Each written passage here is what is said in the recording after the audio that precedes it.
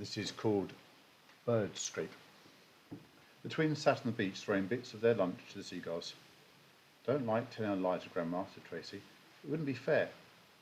She has looked after us since Mum and Dad died. We would be in a children's home if it wasn't for her. Gemma sighed. We won't be hurting Grandma. We'll be doing her a favour. If we get Dad's rubies, we can sell them for a lot of money. Then we can fix up Seagull Shack and give Grandma a bit of cash as well. Why don't you wait until we're 18? Dad will say that we will get our own Seagull Shack then. We can even go and live there if you want to, replied Tracy. Gemma started to get cross. I've told you a million times. You won't be 18 for another 3 years. The last person who hiked into Seagull Shack said that it was falling to pieces. If you wait that long, the place will be blown off the cliff and wrecked by vandals. They will never find the rubies. They were inside that shack. I'm sure Dad hid them inside before he died. Tracy threw another crust to the gulls. Well, what are you going to tell Grandma then? We'll tell her that we're staying at Surfside, one camping ground for the night. Then we'll set out for Seagull Shack by hiking on the cliffs. If we leave in the morning, we can get there in the afternoon. We spend the night searching the house for rubies. If we find them, Grandma will have a bit of money in the bank, and we can send in some builders by boat to fix up Seaside Shack. Listen, said Tracy to her sister, what makes you think we're going to find the rubies? The place was searched and searched after Dad died, and neither of them was found. Yes, but it wasn't searched by us. We know every corner of that shack, and we knew Dad. We know how his mind works. We can search in places no one else would think of. I think I know where they are anyway. I have an idea. I think Dad hid them in the stuffed seagull. I had a dream about it. Hey, did you see that? Yelled Tracy without warning. Where'd that crust go? What crust? I threw the crust to the seagulls and it vanished. Rubbish, said Gemma. One of the birds got it. Bread doesn't just vanish. Tracy threw another scrap of bread into the air. It started to fall to the ground and then stopped. As if caught by an invisible hand, it rose high above their heads, turned and headed off into the distance. All the other gulls flapped after it, squawking and quarrelling as they went. Wow, shrieked Gemma. How did you do that? I didn't, said Tracy slowly. Something flew off with it. Something we couldn't see. Something invisible. Perhaps a bird. Gemma started to laugh. A ghost gull, maybe. That's not as funny as you think, said Tracy. It's a sign. Something or someone wants us to go to Seagull Shack. Maybe you've got it wrong, replied Gemma. Maybe something doesn't want us to go to Seaside Shack. The wind suddenly changed to the southwest, and girls both shivered. Chapter 2. 2 days later, Tracy and Gemma struggled along the deserted and desolate cliff top. They were weighed down with hiking packs and water bottles. Far below them, the southern ocean swelled and sucked at the rocky cliffs. Overhead, the blue sky was broken only by a tiny white seagull, which circled slowly in the salt air. How far to go? Moaned Gemma. My feet are killing me. We've been walking for hours. It's not far now, said Tracy, just around the next headland. We should be about to see the old brown roof any moment. Hey, what was that? She felt her hair and pulled something sticky and white. Then she looked up at the seagull circling above. You rotten fink, she yelled. Look at this. The seagull has hit me with some bird droppings. Gemma lay down on the grassy slope and started to laugh. Imagine that, she gasped. There are miles and miles of cliff top with no one around, and that bird has dropped its dung right on your head. She laughed. Her laughter stopped abruptly as something spotted her in the eye. Ah! It's hit me in the eye. Stupid bird is bombing us. They looked up and saw that there was now 4 or 5 birds circling above. One of them swooped down and released its load. Another white splodge hit Tracy's head. The other birds followed one after the other, each dropping its foul load onto the head of the girls. They put their hands on top of their heads and started to run. More and more birds gathered, circling and wheeling and diving above the fleeing figures. Bird droppings rained down like weighted snow. The girls stumbled on. There was no shelter in the exposed, windswept cliff. There was no escape from the guano blizzard which engulfed them. Tracy stumbled and fell. Tears cut a trail through the white mess on her face. Come on, cried Gemma. Keep going. We must find cover.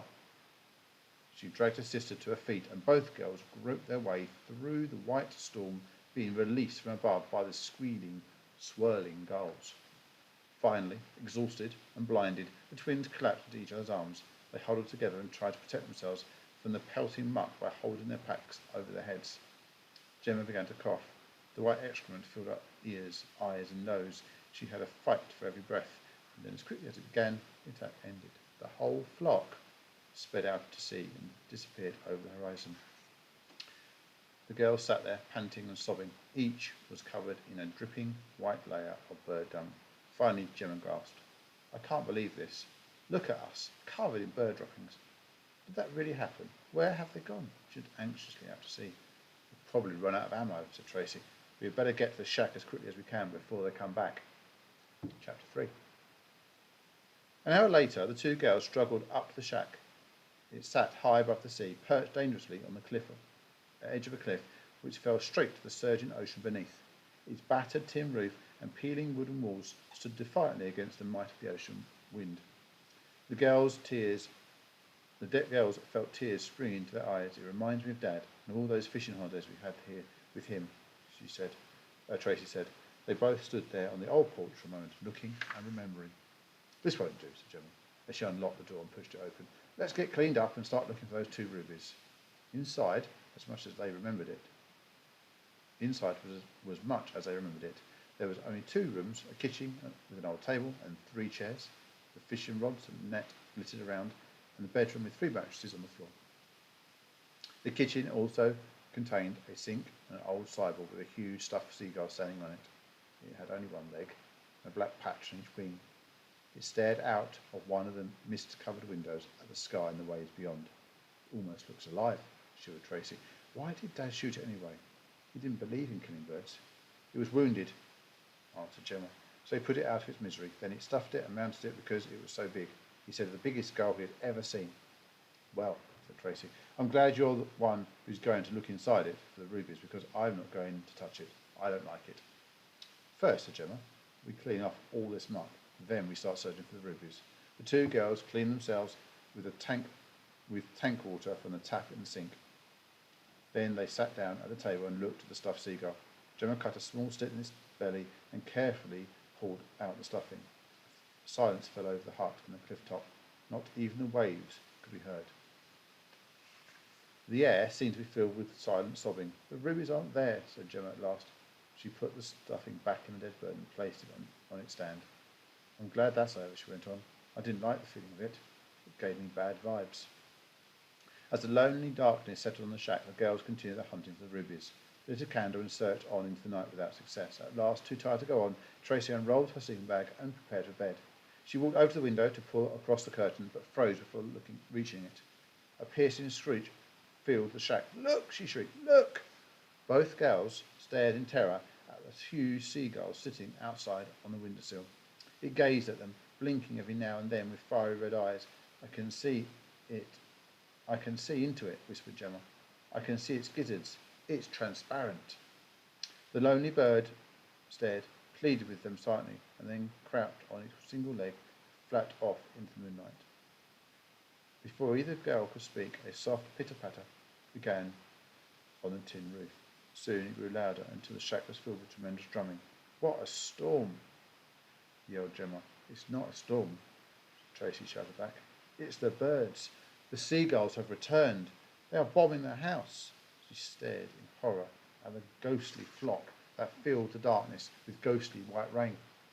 All through the night, the drumming on the roof continued. Towards the dawn, it grew softer, but never for a moment did it stop.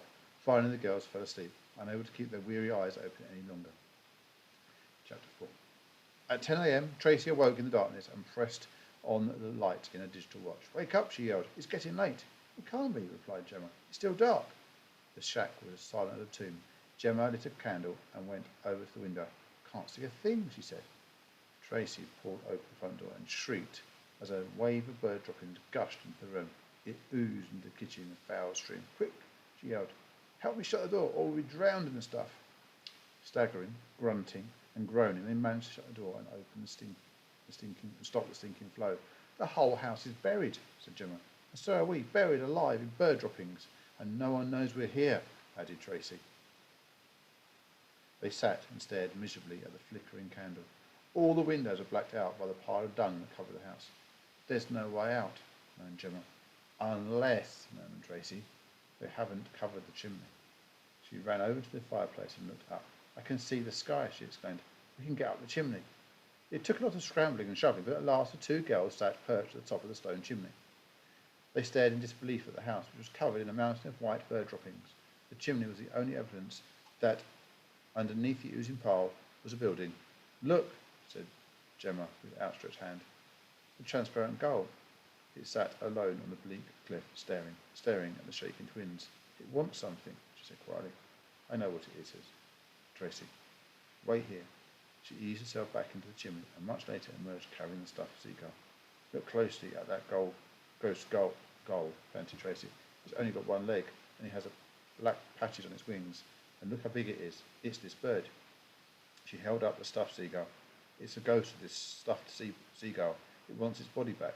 It doesn't like it being stuffed and left in the house. It wants it returned to nature. Okay, Gemma yelled at the staring gull. You can have it. We don't want it, but first we have to get down from here. The girls slid, swam, and skidded their way to the bottom of the sticky mess. Then, like smelly white spirits, the sisters walked to the edge of the cliff with the stuffed gull. The ghost seagull sat watching and waiting. Tracy pulled the stuffed seagull from the stand and threw it over the cliff into the air that it had once loved and lived in. Its wings opened in the breeze and circled slowly like a glider, and after many turns crashed on a rock in the surging swell beneath. The ghost gull lifted slowly into the air and followed it down until it came to rest on top of the stiff, still corpse. Look, whispered Tracy in horror. That ghost gull is pecking at the stuffed one. It's pecking its head. A wave washed across the rock, and the stuffed gull vanished into the foam. The ghost gull flapped into the breeze and then flew above the girl's head. It's bombing us, shouted Gemma as she put her hands over her head. The two small shapes plopped on the ground beside them.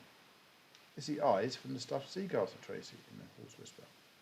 No, it's not, replied Gemma. It's Dad's rubies. They sat there, stunned, saying nothing and staring at the red gems as they lay at their feet. Tracy looked up. Thank you, ghost gull, she shouted. But the bird had gone and her words fell into the empty sea below.